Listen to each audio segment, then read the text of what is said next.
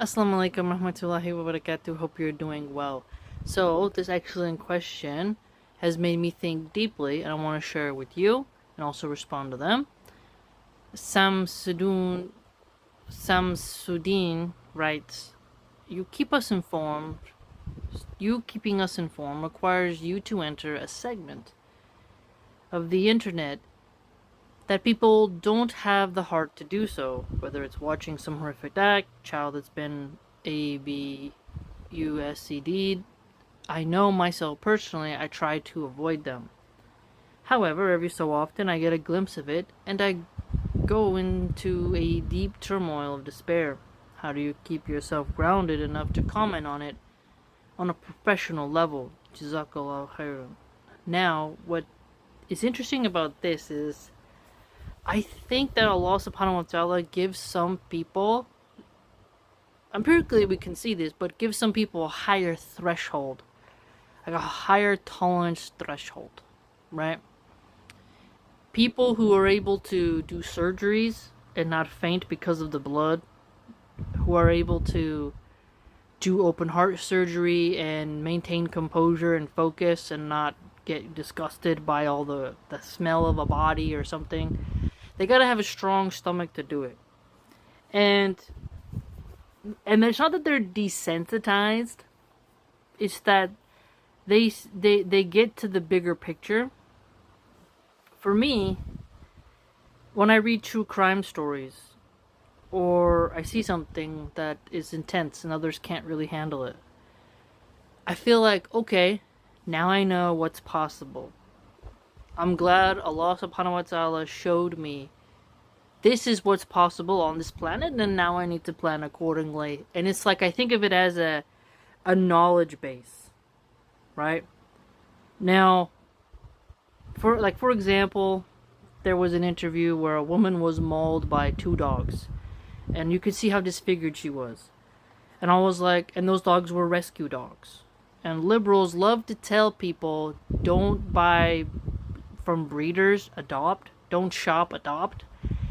And then that made me realize, looking at that, how that poor woman was disfigured, which others would turn her away and be like, well, don't show her face because it's so horrible. But I thought, that's what's possible, and I guess you have to really be careful with what dogs you adopt, because I never thought of it that way. And when it comes to, like, bad nannies, that one hits me harder, because I'm like, yeah, this motivates me to stay with my children. If I gotta eat rice and beans in order to survive, and that's all we're eating, then that's all we're eating. Because I'm staying with my children, inshallah, as much as I can. Okay? And no one can shame me and be like, well, you don't have a Mercedes, or you're a loser, you don't got 4 PhDs like me, and you're a bum because you chose to give up everything to be with your kids instead of chasing a career, right? So, because I know what a nanny can do to a child, and I stay with my child because I took the time to look into the underworld, I'm like, you can't shame me, inshallah, you cannot. Okay? So, when I see something traumatic, I think, okay, what lesson can I derive from this? My brain works that way a lot. I'm always looking at the hidden message, what's the message that can be deduced from it, and what can prevent it? How was this allowed to happen? What situation led to it? And what are some solutions? Like, I think about that. I'm very analytical, and I break it apart. And I look at the meat of it. For example, when I first saw, like, factory farming, what some people were doing to the animals, some of the cases where the workers did some really horrendous things to the animals, I was like, well, then the solution, like, I had all these solutions, right? And then I realized, okay, so I went vegan for like over a year, and I was like, this isn't sustainable. Yeah, I lost a bunch of weight, but this isn't really healthy, and I don't enjoy this at all, and I'm not doing it anymore. So I realized, well, what's the solution? Okay, removing the ag gag laws, allowing more transparency, banning factory farming, and allowing more zoning for people to have smaller farms instead of big, large corporate farms. Like, I started to get more rational. Because when you watch the videos, you're like, okay, just stop eating meat. But then you're like, wait a minute, that's like, obviously you can't starve everyone and make them eat like rabbits. What we need is more transparency. There's other solutions, right? So whenever I see something intense, I think, all right, there's going to be a solution to this somewhere. And preventative measures that can be taken, and awareness brings change. So if no one looks, then we can't fix things. Now, some things I would argue you don't have to always see. Like, you can see the end result rather than the entire process, right? So, my grandpa told me a story once where there was a semi-truck, and they didn't have a long enough bar. In the back, there's these like longer bars. His friend crashed into the back of it, and the bar went through the windshield and took off his head. And this led to more car companies, not that type of occurrence when they do crash tests with dummies, but also real world situations. They realized, okay, we gotta lower that thing so that if a car goes into the back, it can't take off someone's head. So somebody saw the end result, which was, the people who come to the car crash scene and say, how did this happen? They didn't have to sit there and watch 70 times over and over, the truck's back end coming to the guy, right? But they saw the end result. I mean, there's people who are going to study the chain of reactions, but there's others who see the consequence and say, okay, this is what we got to do. I already know what we got to do. Let's get to it. And that's how I think,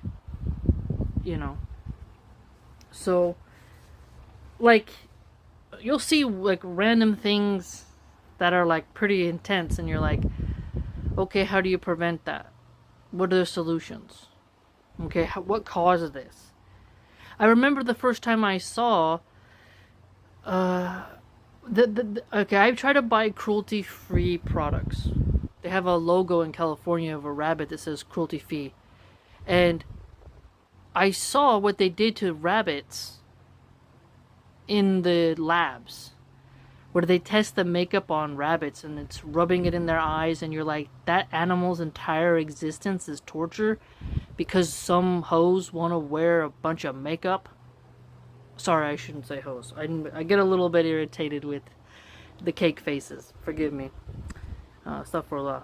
What I mean to say is that this animal is suffering so women can hide their low self-esteem through multiple layers of makeup. And as you watch it, you're like, okay, now when someone tries to make fun of me for not wearing makeup, or, it doesn't work. Because I know that there are thousands of animals in these tiny cages with no love, no affection, living out miserable lives, and getting makeup rubbed into their eyes, and some getting infections and living a tortured existence so some woman can wear a lot of makeup. Now, the solution is buying cruelty-free makeup and also inventing new testing measures, right? So there's a solution, because there is cruelty-free makeup, but then if they don't have that logo, then you should know that you're participating in people who test products on animals. I know it cannot always be avoided. But see, remember, there will be people who say, well, you eat steak, that's worse. No, the animal, when it's done right, is one and done. That rabbit in that lab is there for a while. And you're like, you know what? I don't have to participate in stuff like that. It's just, to me, okay, how do I word it? Because I was willing to look at that information, right? Because I watched it and I saw it, I was able to make better life choices. And now I have that information to pass on to someone who's willing to listen, and they don't have to watch those videos, but they can hear me talk about it, and then they can make better choices. So someone has to watch it and talk about it in a professional way and communicate what is happening, right? in order for people to have that desire to change what is occurring. It's like I watch the Palestine videos and I keep it in my head, and then that way when some Zio propaganda comes to me, I'm like, yeah, no. Sorry, but I've seen enough to, not have your slimy manipulation work on me. Right? And so someone's got to watch it. And I know a lot of people turn away, but then I think it's there's a balance, right? So Allah subhanahu wa ta'ala has made it to where He has some people who have to have that stomach and they have to do the job. Some people don't have the stomach to process a cow, right? But Allah has made it to where some people do, so that we can have a nice ribeye. You see what I mean? So each person has their little niche. And there are times where I'll get sad where it's a woman who gave birth to a baby and she ended the little one. That will make me really angry. But then I look at her face and I'm like, now I know that evil comes in so many different contexts. That's why white supremacy doesn't work on me. Racial supremacy ideology doesn't work on me. People think if we just get rid of this race and we all have the same skin pigmentation, everything will be blissful. And I'm like, you don't know evil. I remember there was a white nurse who had like a baby doll face, and she had ended 7 babies' lives before she was finally caught. And if you looked at her, you would never suspected it. And you're like, Shaitan has a long resume, man. Subhanallah. But me reading about that news story and then telling that information to other people helps them to be like, oh, really? I didn't know that was possible. I'll watch the nurses more. And she worked in the NICU. And all my children have been NICU babies because they all had jaundice and bilirubin. Jaundice, bilirubin, same, So they had to spend, some hours under the phototherapy lights and whatnot. Which means they're away from me. And you're trusting this hospital worker with your child, which to me causes a lot of anxiety. So, I had to really look at that and think, hey, I gotta do good and be good, and I gotta look at this information to pass it on to others. And, I also have a good balance of like positive and more morbid information. So I like to look at winds, and I keep my feed diverse. So I got ASMR of like ocean and rain. I got farming videos, and a lot of nature stuff, tons of cooking, like ASMR cooking, where it's just someone cooking. I don't need them to talk, because I just want to see the process. So it'll be like an old Japanese guy making udon noodles or something. I have a great cornucopia of information, so that way my brain doesn't get stuck in just one rut. You know what I mean? So I hope that helps, and I hope that answered your question. Because, it's Allah subhanahu wa ta'ala who helps me stay grounded, and it's my mentality. I've always liked the tragic stories, and the Greeks have Greek tragedy, and I love Greek tragedy. That's why Game of Thrones hit me so hard, because it's my type of genre where there's sadness and despair, but triumph. I like it when, like, there's a sad storyline and sometimes things don't turn out well. I always think of what's the lesson here and what's realistic, and, don't be too dark on the spectrum and wallow there in the wailing nightmare forest. But also don't think you live in this blissful Disneyland. So there's like a spectrum, and then you travel along that spectrum in order to stay grounded in reality, but also understand that some people can't handle that information. Like my mom, if I try to drop knowledge on her on the war, she can't handle that. She's very surface level, very shallow. But if I talk to my dad about that kind of stuff, then he's like, yeah, cool, let's talk about it, and it can go on. I can talk to him for a long time, and we can discuss the good, the bad, the ugly, and the nice, right? So if you have somebody in your life who has more of that mind that can look at the underbelly and the catacombs of life, and they're able to transmit that information to you, that's actually a good asset for you. That doesn't mean you have to do it, because if that's not your disposition, don't force yourself needlessly. But there will be times where reality forces you to see. Like, for example, when I lived in Philadelphia, I was walking to the L, which is like, it's like that train, but it's above you.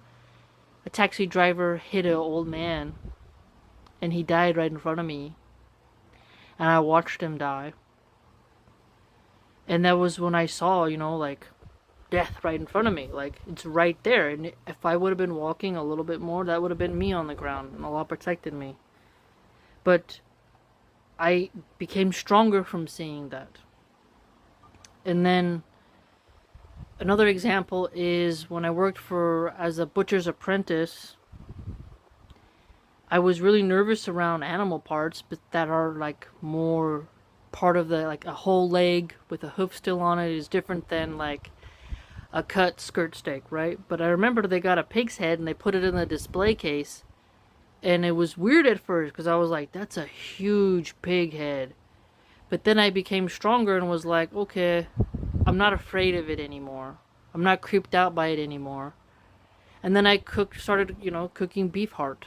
And I remember slicing up the beef heart to cook it and looking at it. I gained some type of strength to it. Because the heart of the animal, there's something very cosmic about it. Because you're like, whoa.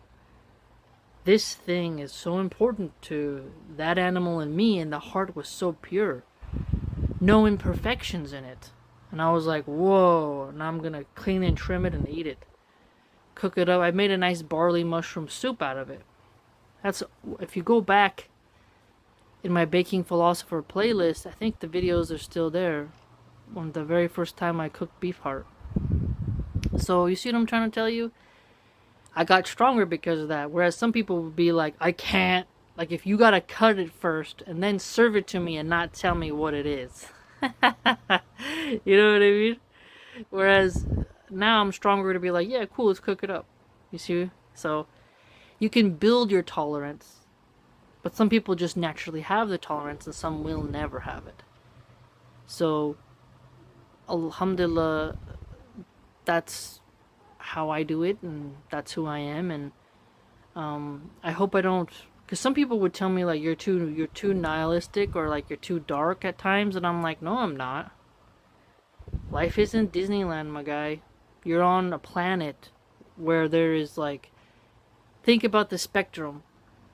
There's baby sea turtles that right when they're born, they gotta make it to the ocean, and they get eaten, picked up by crabs and by seagulls and all that, and then other critters in the water.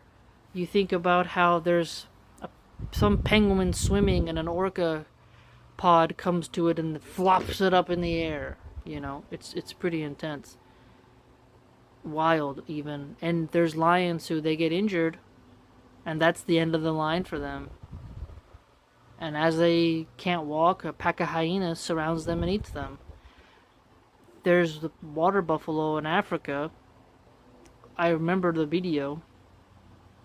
Her calf got stuck in the mud, and then slowly the hyenas started to come around it, and she was using her horns to push them away, and eventually she had to leave because there was too many hyenas, and she was getting stuck in the mud too, and you could hear the calf get eaten alive by the hyenas as she ran off.